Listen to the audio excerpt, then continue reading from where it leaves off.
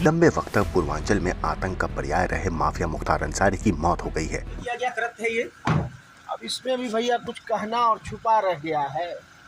जो व्यक्ति अपनी मुट्ठी ना बंद कर पाता हो, जो व्यक्ति इतना कमज़ोर हो कि उसको खुद ही जेल प्रशासन लेकर आईसीयू आता हो और खुद ही 12 घंटे बाद 14 घंटे बाद उसको फिट बताकर पीठ ठोक कर कि जाइए आप ठीक हैं, और 14 घंटे बाद जेल की तन्हाई बैरिक में भेज दिया जाता हो। 2 दिन उन्होंने अपनी रात कैसे बिताई होगी ये मैं सोच सकता हूँ। जब आज 3:30 बजे मुझे टेलीफोन पे उन्होंने कहा है कि मैं इस हालत में भी नहीं हूँ कि मैं जेल के बीसी रूम तक जा सकूँ बैरिक से निकल, तो अब आप सोचिए। अब शासन की जांच पे भरोसा करेंगे या सीधे न्यायपालिका जाएंगे? न्यायपालिका। हेलो और नमस्कार मित्रों, मेरा नाम है सोनू सिंह और हेलो मित्र के इस एपिसोड में एक बार फिर से आपका बहुत बहुत स्वागत है। आज के हम इस एपिसोड में बात करेंगे मुख्तार अंसारी के ऊपर। मुख्तार अंसारी एक विवादित चेहरा, 5 बार का विधायक और उसको बाहुबली विधायक भी कहा जाता था। उसके मानने वाले, उसको चाहने वाले उसको मसीहा के रूप में भी देखते हैं, लेकिन उसका जो पूरा साम्राज्य था वो अपराध के बेसिस पे बना था। उसने अपने जीवन में बहुत सारे अपराध किए, लेकिन अपराधों की इस श्रृंखला में एक ऐसी घटना थी उसके जीवन में जो ऐसा माना जाता है कि उसके आपराधिक छवि का, आपराधिक यात्रा की आखिरी कील साबित हुई, और वो था कृष्णानंद राय की हत्या। कृष्णानंद राय की हत्या में उसके साथ और भी लोग इन्वॉल्व थे जिनके ऊपर मुकदमा चला और उनको जेल के अंदर डाला गया, जिसमें जो पहला नाम था वो मुन्ना बजरंगी की भी जेल में हत्या की गई। दूसरा नाम था संजीव जीवा को एक कोर्ट में पेशी के दौरान उसकी हत्या कर दी गई। और तीसरा नाम खुद मुख्तार अंसारी था।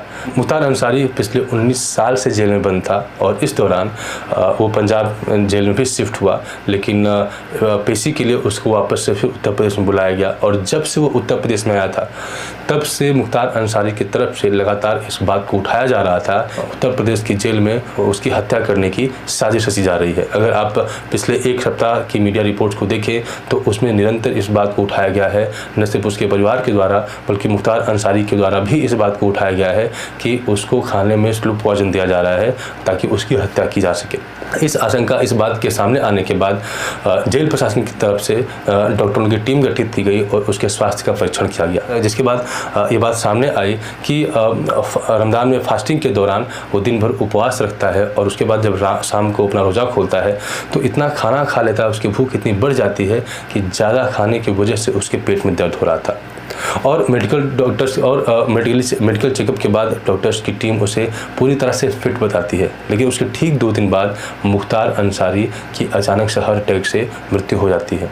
और यहीं से उसके परिवार वाले, उसके मानने वाले इस बात को उठा रहे हैं कि जैसा कि पहले से उनकी आशंका थी कि मुख्तार अंसारी की जेल में हत्या की जाएगी, ठीक वैसा ही हुआ।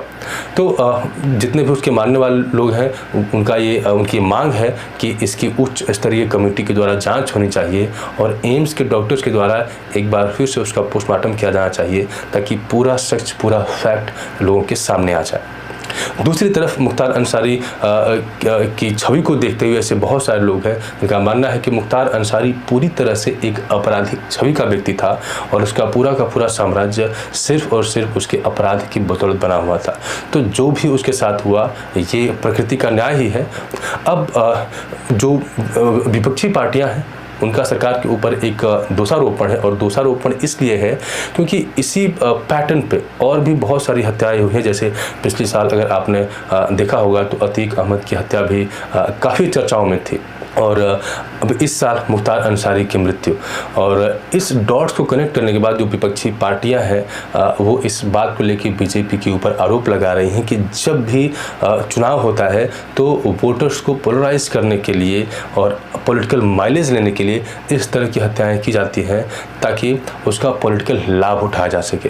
बहरहाल मुख्तार अंसारी अब इस दुनिया में नहीं रहा, लेकिन उसके पीछे विवादों का बाजार गर्म है। अब मुख्तार अंसारी की हत्या हुई या मुख्तार अंसारी का जो डेथ था वो नेचुरल था, ये तो समय के साथ ही पता चल पाएगा। और इसीलिए मैं इस प्रश्न को आपके ऊपर छोड़ता हूँ।